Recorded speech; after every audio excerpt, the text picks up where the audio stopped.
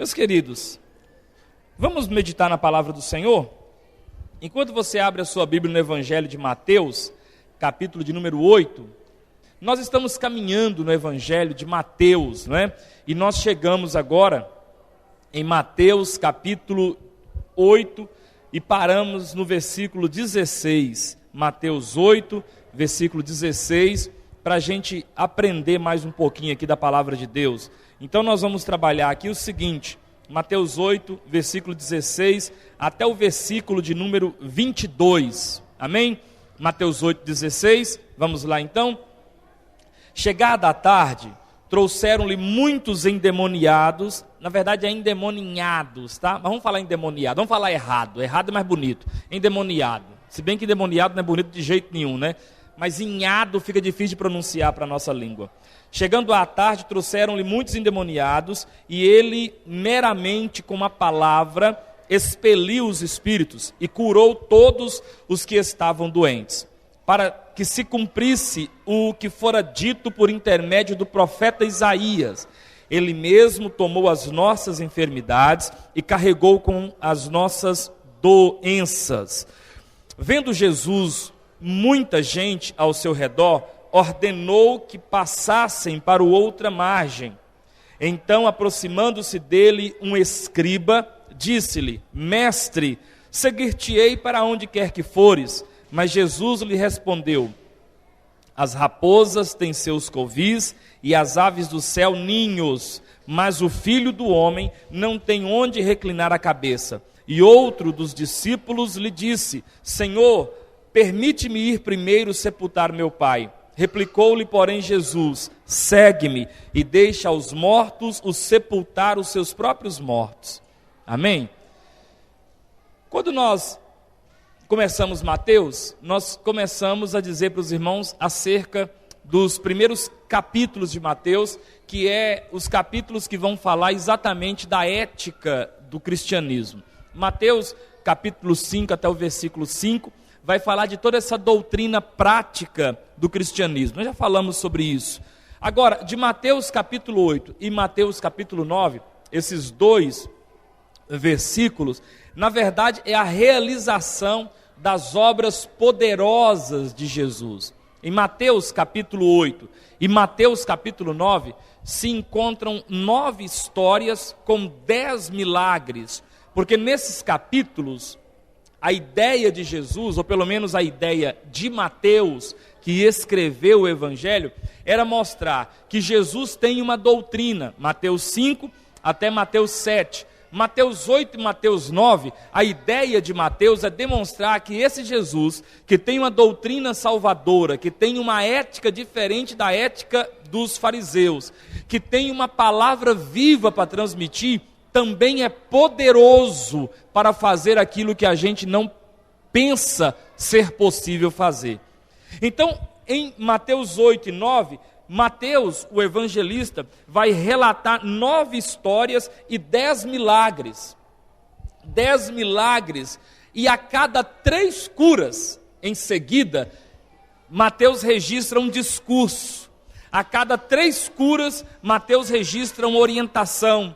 Mais 3 curas, na verdade, mais uma outra cura, outra orientação. Então Mateus vai intercalando nos capítulos poderosos, das obras poderosas de Jesus, Mateus vai intercalando milagre e ensinamento, cura e ensinamento.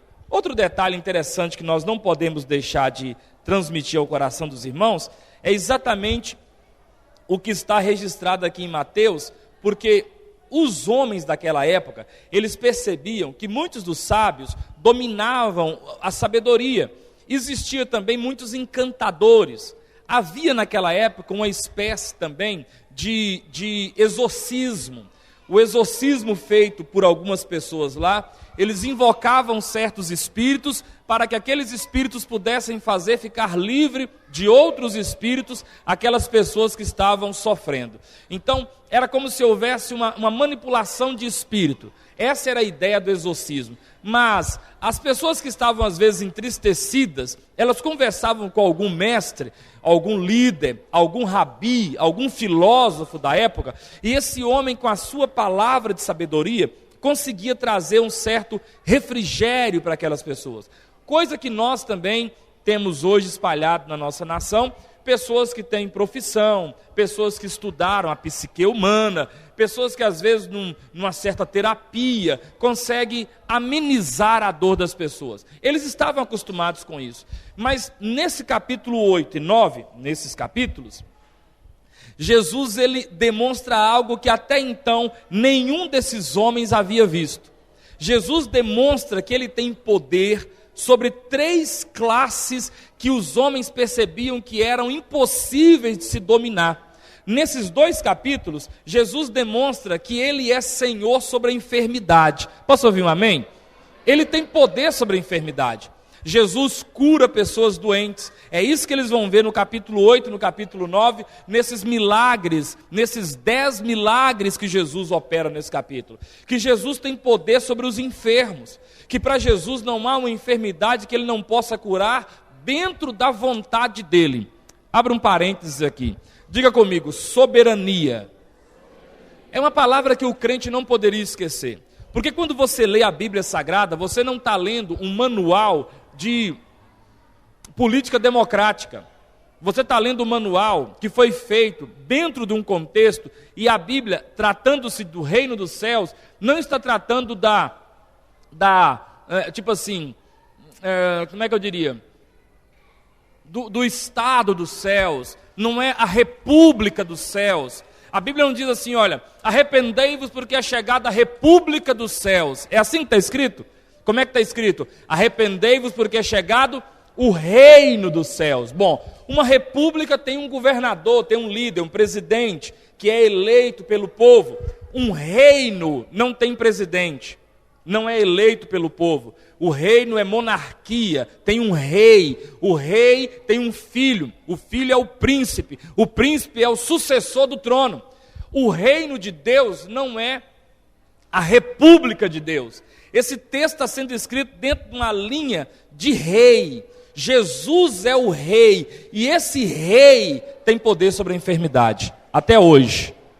Esse rei também tem poder sobre demônios. Porque até então o que eles viam era uma espécie de exorcismo. A pessoa invocava um espírito para expulsar. Basicamente, exorcismo é isso. Você invoca um espírito para expulsar um outro espírito. Jesus falou que isso é muito fácil. Porque se a gente usa Satanás para expulsar Satanás, logo o reino de Satanás está dividido e a casa dele não subsiste. Mas agora Jesus demonstra não um exorcismo, Jesus demonstra que ele tem poder sobre os demônios, porque com uma palavra que ele dava, os demônios saíam loucos e sumiam daquela pessoa. Jesus também demonstra, nesses 2 capítulos, que ele tem poder sobre a enfermidade, poder sobre os demônios, mas também tinha poder sobre as intempéries da natureza. Nesses capítulos, nós vamos ver na semana que vem, se Deus assim nos abençoar, Jesus acalmando uma tempestade, coisa que até então esses homens nunca tinham visto, porque eles viam pessoas ajudando pessoas, eles viam pessoas, às vezes no exorcismo, talvez fazendo um conchavo para que o demônio deixasse a pessoa, mas eles nunca viram alguém chegar sem nenhuma intervenção medicamentosa, expulsar a doença do cara. Sai, e a doença ia embora. Sai, e o aleijo ia embora. Ele chegar para um demônio e falar, cala a boca e sai, e o demônio sair da pessoa. Ele vê a tempestade que está açoitando o barco, e ele então fala assim, vento, quieta. Ondas, aquiete-se. E diz a Bíblia que na hora, o vento e o mar obedeceram à voz de Jesus. No capítulo 8 e 9, então, Mateus vai alistar esses atos poderosos de Jesus. Agora eu queria fazer uma aplicação aqui, porque entre os milagres, Jesus ele vai explicando, ele vai trazendo conscientização para os discípulos. Preste atenção no negócio interessante aqui. Está aberto sua Bíblia? Versículo 16, vamos lá. O versículo 16 e 17, Jesus vai fazer uma coleção, digamos assim, de curas. Ele vai fazer assim um montão indescritível. Se o Mateus fosse registrar todos os detalhes dessas múltiplas curas, como diz o apóstolo João, o mundo não caberia os livros que foram escritos. Então presta atenção, versículo 16. Nós precisamos, na verdade, pular um pouquinho para o 14. Tendo Jesus chegado à casa de Pedro, viu a sogra deste acamada e ardendo em febre. Mas Jesus tomou-a pela mão e a febre a deixou. Ela se levantou e passou a servi-lo. Nesse mesmo dia, alguém percebeu que Jesus havia curado a sogra de Pedro, que talvez estava com uma espécie de uma malária, uma doença que provocava febre, alguma infecção num órgão interno. Jesus então toca na mulher pela mão, a mulher automaticamente, imediatamente é curada daquela enfermidade, e as pessoas que estavam na casa de Pedro, ouvindo, vendo, percebendo, testemunhando aquilo, saíram um pouquinho e fizeram com que aquela notícia se espalhasse. Porque o versículo 16 diz que naquele mesmo dia, chegada a tarde, quem está comigo aí, amém? Chegada a tarde, trouxeram-lhe muitos, agora presta atenção, endemoniados, e ele meramente com uma palavra expeliu os espíritos e curou todos os que estavam doentes. Aquela notícia de que a sogra de Pedro tinha sido curada se espalhou, e o dia nem acabou, e as pessoas trouxeram gente endemoniada da cidade, trouxeram gente doente da cidade, e Jesus aos endemoniados libertava pelo poder da palavra. Guarda o negócio no seu coração, o poder da palavra.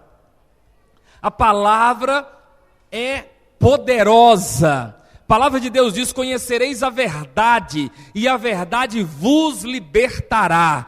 E a Bíblia diz que Jesus, versículo 16, chegando à tarde, trouxeram muitos endemoniados, e ele, olha que legal que Mateus escreve, meramente com a palavra.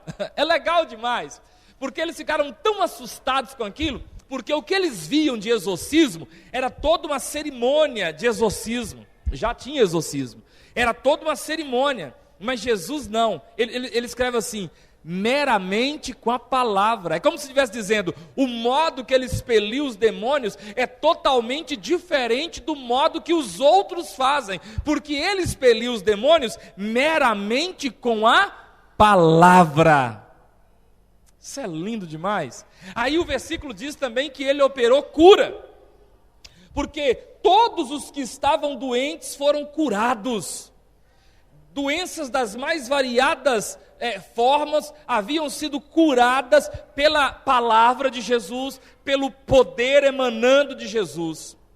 Presta atenção, naquela casa tinha Pedro, Lucas vai dizer que a casa era de Pedro e de André, então tinha também André, então tinha a sogra de Pedro, então tinha a mulher de Pedro, então com certeza tinha alguns cunhados de Pedro, porque se a mulher de Pedro está ali e a sogra dali, tinha cunhado também. Cunhado é folgado, cunhado gosta, estava lá os cunhados. Com certeza tinha vizinhos, com certeza cada um desses endemoniados foi levado pelo mínimo por 2 pessoas. 2 pessoas no mínimo. Cada um desses adoecidos foram levados pelo menos por 2 pessoas. Havia gente instruída naquele grupo. Nós vamos ver que tinha escriba. Escriba não era qualquer um, era um camarada que copiava, era a máquina de escrever da época, a gráfica humana da época. Pessoas estavam ali, curiosos estavam ali, e quando eles foram percebendo Jesus expulsando aqueles demônios saindo pelo poder da palavra, Jesus liberando a palavra, aqueles demônios saindo, depois as pessoas doentes sendo tocadas e curadas, e a palavra liberada e as pessoas curadas, aquilo houve a ação poderosa de Jesus. Quando eles começaram a perceber aquela ação poderosa de Jesus, o que aconteceu? A ação poderosa de Jesus provocou uma reação emotiva nas pessoas. Para aí, nós somos, não adianta nós negarmos isso, seres emotivos, não é? Há em nós emoção. Quando Deus nos fez, Ele resolveu colocar isso em nós. Tem dia que a gente está bem, não é assim? Está bem, aleluia, glória a Deus, né? Feliz, não é assim? É assim? É assim só comigo ou com você também? Agora tem dia que você está o quê? Para baixo, não é, Alessandro? Zangado, chateado, porque a gente é emoção. Nós somos carne, nervo, mas também somos emoção. temos emoção e não podemos negar essa emoção. Agora, tem um problema. Quando nós tomamos decisões importantes, fundamentadas na emoção, nós podemos cometer erros. Não, na verdade, vou corrigir minha frase. Toda vez que nós tomamos decisões em cima de uma emoção, seja ela uma emoção positiva, do 0 para o +1, +2, +3, ou seja ela negativa, do 0 para o -1, -2, -3, não importa para que lado essa decisão venha correr, tomando uma decisão tomando uma decisão com base na emoção, geralmente nos arrependemos. Verdade ou mentira? Deixa eu perguntar aqui para os que não são perfeitos. Quantos dos irmãos que não são perfeitos já tomaram a decisão com base num sentimento do 0 para o -1, -2, -3, -4, do 0 para o negativo e se arrependeram depois? Levanta a mão aí. Estava com raiva, não foi? Falou uma bobeira. Estava nervoso, não foi? Talvez desferiu uma ação muscular que não foi muito refletida. E depois, meu Deus, o que eu fiz? Não é? Porque tomou uma decisão com base numa emoção do 0 para o -1, -2, -3, -4. Mas quem tomou também uma decisão com base no 0, +1, +2, +3, +4, estava alegre demais. Estava tão alegre que tomou uma decisão da qual se arrependeu depois. Quem aqui? Está vendo? Está vendo? Estava tão feliz, não, eu vou fazer isso. Toma, e depois, meu Deus do céu, o que eu fiz? Meu Deus do céu, como é que eu vou pagar isso? Estava feliz demais, foi lá e comprou um carro 0 para a mulher. Ô perigo, hein? Ô perigo, hein? Mas aí fez uma decisão assim com base do 0 para o positivo. Estava feliz, mas decisões tomadas com base na emoção puramente, seja ela do 0 para o positivo ou do 0 para o negativo, são decisões das quais nos arrependemos depois. Quando esses homens viram a ação poderosa de Jesus, de quê? De curar enfermo, cara. Tinha gente ali com doença que estava alojada, e tinha gente com doença que deformava o biológico da pessoa. Chegou gente manca, chegou gente com a mão engrungida, chegou gente tuberculosa, chegou gente com malária, chegou gente de tudo quanto é tipo de doença. E Jesus vai curando, os caras falam, meu Deus do céu, quem é esse? Aí chega gente rosnando e Jesus, sai demônio, o demônio, pá, ia embora. Chegou gente latindo, sai, espírito de cachorro, tá, ia embora.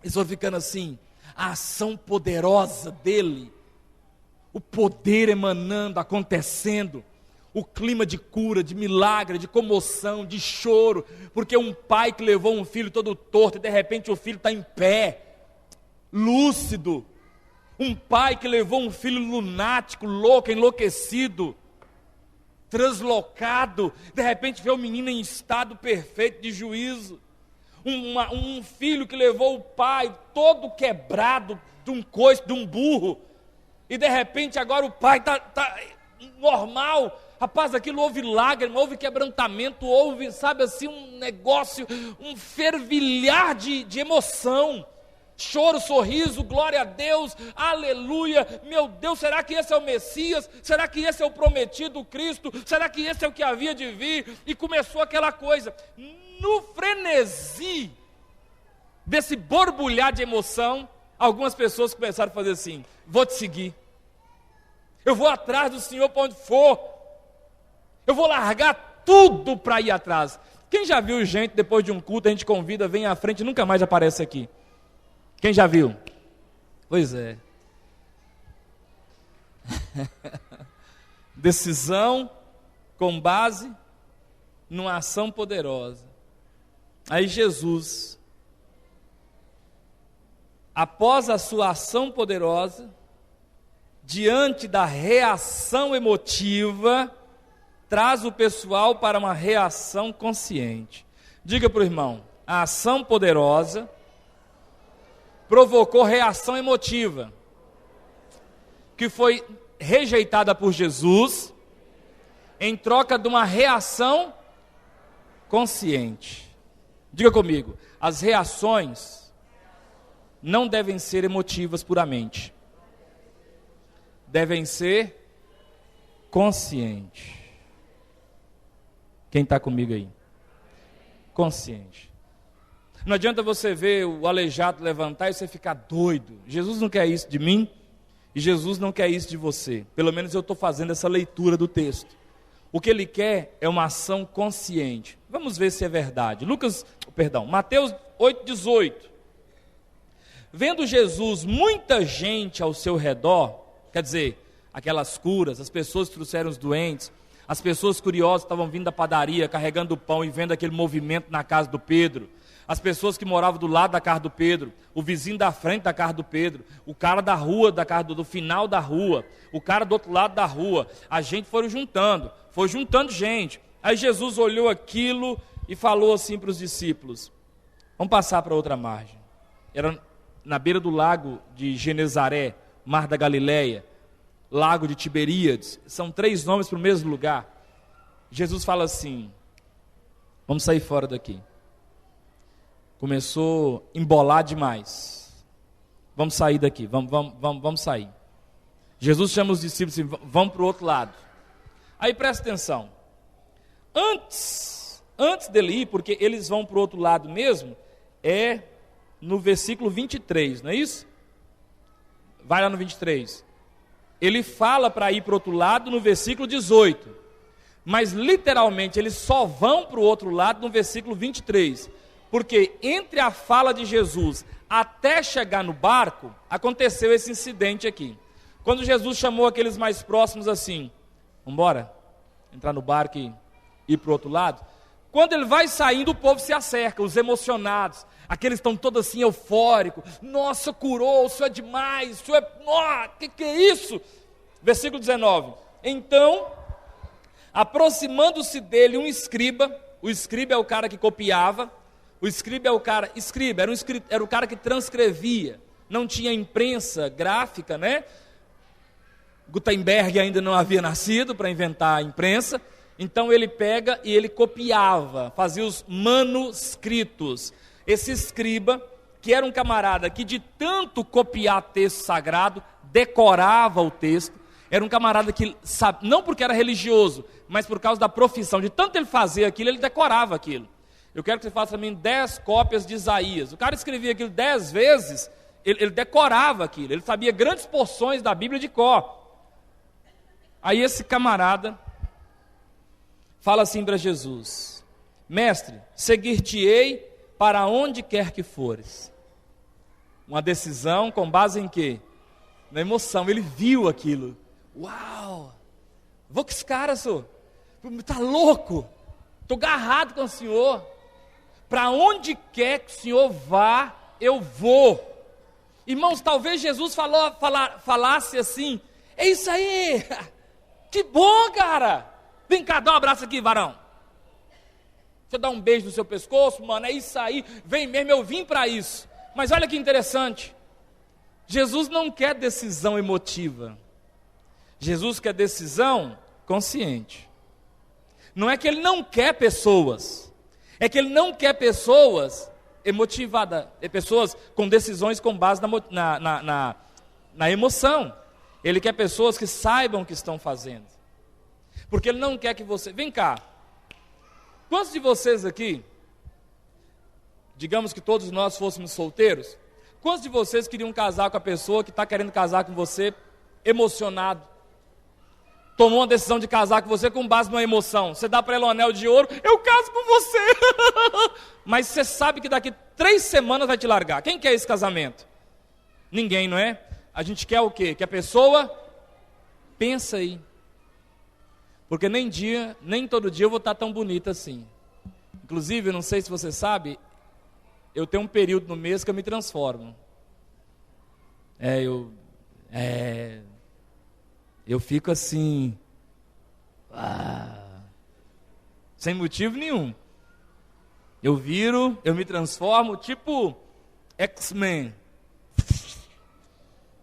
Jesus está querendo isso. Quer me seguir? Que legal! Mas raciocina uma coisa aqui, seu escriba.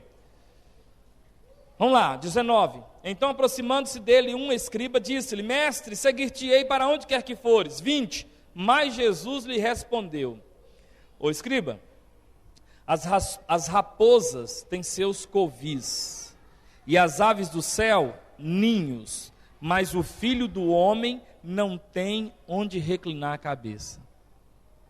Aí o cara, como é que é? Eu estou dizendo para você que os bichos, a natureza oferece lugar para eles. Os bichos são bem-vindos em algum lugar, mas eu não tenho lugar, nem para reclinar minha cabeça. Aí o cara, Então não vou não. Aí um outro aparece, vamos ver o outro. E o outro dos discípulos lhe disse: Senhor, eu vou atrás do Senhor, entre parênteses, permite-me ir primeiro sepultar meu pai. Aí, enquanto um estava querendo seguir Jesus com base na emoção, e Jesus chama ele para a razão, moço, andar comigo não é assim não. Você já viu uma frase que é assim, ó: ter peito para andar com Jesus no peito é muito fácil. Teve uma época que era moda os crentes usarem umas camisas escrito Jesus, o único caminho, eu sou de Jesus, não sei o que de Jesus. Vocês lembram dessa época? Os crentes têm as épocas. Crente é igual adolescente, igual a gente, tem as épocas. E o povo com camisa e boné, não sou nada contra isso. E então alguém pensando disse: andar com Jesus no peito é muito fácil. Difícil é ter peito para andar com Jesus. Essa frase, ela esboça bem essa emoção irrefletida. Aí Jesus fala: pois é, andar comigo não é que eu não quero que você ande comigo. Jesus não está repelindo esse camarada, porque nos versículos 21 e 22, Jesus reforça a importância de segui-lo. Olha para você ver. E outro dos discípulos lhe disse: Senhor, permite-me ir primeiro sepultar meu pai. Sabe por que significa ir primeiro sepultar meu pai? Duas coisas. Primeiro, tanto o grego como o judeu, o velório deles era durante 1 ano. Legal, né? O cara morria, imediatamente deveria ser enterrado. Então ele morreu, morreu hoje, enterrava hoje. Então eles pegavam aquele moço, enrolavam ele em faixas. Você lembra de Lázaro? Vocês lembram de Jesus? Então, enrolavam em lençóis, em faixas mortuárias, e eles não enterravam a pessoa, não havia enterro. Enterro vai começar a acontecer naquela febre negra, aquela peste negra lá na Espanha, né? A partir dali começa a enterrar. Mas não era enterrar, era sepultar. Então você lembra de Jesus? Como é que Jesus foi? Enterrado ou sepultado? Sepultado. Então eles cavavam buracos na rocha, ou aproveitavam cavernas, fendas de rocha, e eles então enrolavam o defunto em lençóis, em faixas, com certas especiarias, certas ervas amarradas na pessoa, né? Tanto que a prova de que o santo sudário é falso é porque tem grão de pólen no santo sudário que não faz parte da vegetação de Israel. Olha que legal. Então os camaradas, quando pegaram aquele tecido, foram perceber que tem grão de pólen. Grão de pólen é grão de pólen. Não dá para explicar o que é grão de pólen não, vai pesquisar na internet. Então o que acontece? Eles pegavam e colocavam o cara lá. Então o cara ficava lá naquela caverna mortuária, que não colocava só uma pessoa, tinha cavernas que colocavam inúmeras pessoas dentro da caverna, né? Só as dos ricos que colocavam uma pessoa. E Jesus foi sepultado justamente numa caverna de rico. Era na caverna de um homem chamado José, que morava na cidade de Arimateia. Então, eles botavam o moço lá. 1 ano depois que aquele lençol mortuário apodrecia e toda a parte física, carne, havia se decomposto, o filho mais velho, o homem mais velho, filho do morto, se ele fosse velho, era o responsável de entrar nessa caverna mortuária, pegar os ossos do pai ensacar e fazia uma caixa de madeira para colocar os restos mortais do moço e pregar. Quando Jesus disse para esse moço disse para Jesus: espera primeiro eu enterrar meu pai, ele estava dizendo, em primeiro lugar, me dá 1 ano. Segundo, também pode significar que o pai ainda não estava morto. Pode significar que ele estava dizendo para Jesus: eu vou te seguir, mas primeiro espera meu pai morrer, eu receber a herança e depois cumprir com as minhas obrigações fúnebres, porque o funeral durava 1 ano. Do dia que morreu, 1 ano depois é que aquilo acabava. O que ele estava dizendo? Eu entendi, eu não estou tão emocionado como esse escriba para te seguir não, mas só que agora não dá. Aí Jesus vai e pontua. Jesus pontua para esse moço no versículo 22. Jesus diz para ele: segue-me. Replicou-lhe, porém, Jesus: segue-me e deixa aos mortos os sepultar os seus próprios mortos. A resposta de Jesus é: deixa os mortos espirituais. Vem comigo em Efésios, capítulo de número 2, Efésios 2, deixa aberto em Mateus, mas vamos lá em Efésios, só para a gente entender o que é morto espiritual. Efésios 2, versículo 1, Efésios 2, versículo 1, Efésios 2, versículo 1, Paulo está falando para a igreja, dizendo assim: esse sujeito oculto aí é Jesus, tá? Ele é Jesus. Ele vos deu vida, estando vós mortos nos vossos delitos e pecados, nos quais andastes outrora, segundo o curso desse mundo, segundo o príncipe da potestade do ar, do espírito que agora atua nos filhos da desobediência, entre os quais também todos nós andamos, outrora, segundo as inclinações da nossa carne, fazendo a vontade da carne e dos pensamentos, e éramos por natureza filhos da ira, como também os demais. Mas Deus, sendo rico em misericórdia, sendo rico em quê? Sendo rico em quê? Muito bem. Por causa do grande amor com que nos amou, por causa de quê?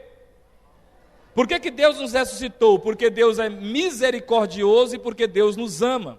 Jesus está dizendo para eles: deixa os mortos espirituais sepultar seus mortos físicos. E aí no Evangelho de Lucas, não vamos abrir lá não, que o tempo já acabou. No Evangelho de Lucas, do capítulo 9 ao 57 ao 62, vai relatar essa mesma história. E lá em Lucas, o doutor Lucas acrescenta o seguinte: deixa os mortos sepultar os mortos, e você vai e prega o reino de Deus. Eu concluo aqui dizendo o seguinte: Jesus não está inibindo as pessoas de seguirem Ele. Jesus, quando repreende o escriba, dizendo uma decisão em cima da emoção, ele está dizendo: essas decisões eu não quero. Eu quero seu coração, mas eu quero ir com lucidez. Eu quero que você tome uma decisão sincera. Eu quero que você faça uma decisão que vai mudar a sua vida toda. Eu não quero que você fique alegrezinho porque eu curei gente. Eu não quero que você fique alegrezinho porque o vento quietou. Eu não quero que você fique alegrezinho porque o demônio saiu gritando. Eu quero que você tome uma decisão consciente. Aí o outro, escutando Jesus dando um pause no camarada que queria seguir, ele fala assim: tá, então eu vou, mas espere eu sepultar meu pai. Jesus disse: não, a coisa não é para amanhã, a coisa é para ontem. Você não vai sepultar seu pai, você não tem 1 ano, você não tem tempo, tem que ser agora. Então, resumindo, o que Jesus quer, com base nesses textos que acabamos de ler? Ele quer que você tome uma decisão por Ele, ter Ele. Mas Ele não quer que a sua decisão seja retardada para amanhã, para depois de amanhã, para depois de amanhã. E Ele não quer que a sua decisão seja precipitada. Ele quer que sua decisão seja consciente. Quem está entendendo o que eu estou dizendo? Ele não quer que você siga Ele com base na emoção, mas também não quer que você fique encontrando coisas mais importantes do que Ele, como por exemplo, herança do pai, como por exemplo, culto fúnebre lá na religião, nas tradições judaicas e gregas, no costume judaico e grego. Ele quer que você abra mão dessas coisas. Quais coisas? A mão de colocar qualquer outra coisa no lugar dele e a mão de tomar uma decisão que você vai se arrepender amanhã.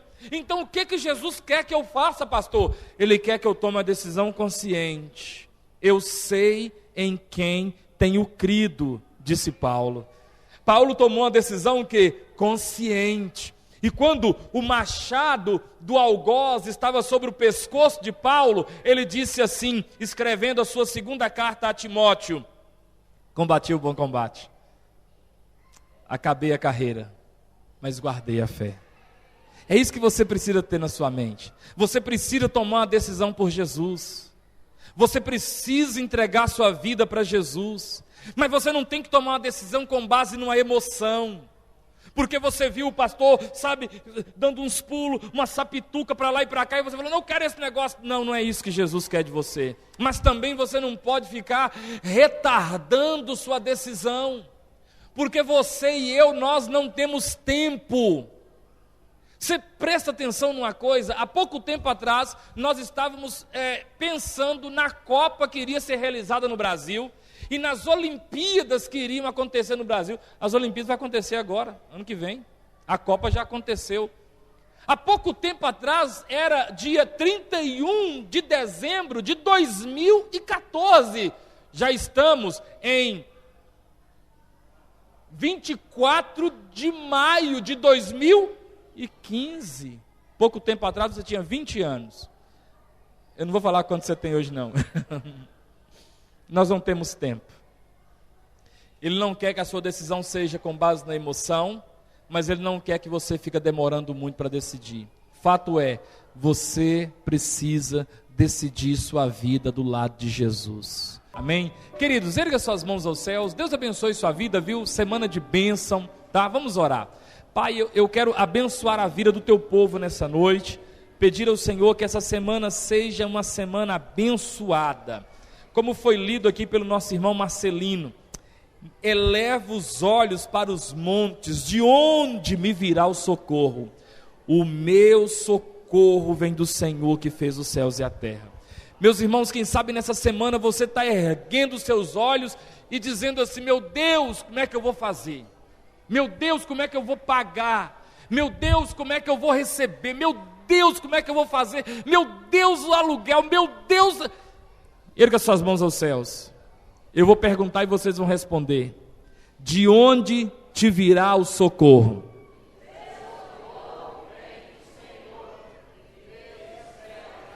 Eu quero ouvir isso com mais crentez nele.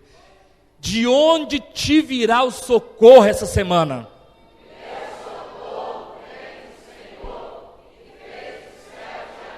Deus te abençoe e vá em paz, semana de bênção.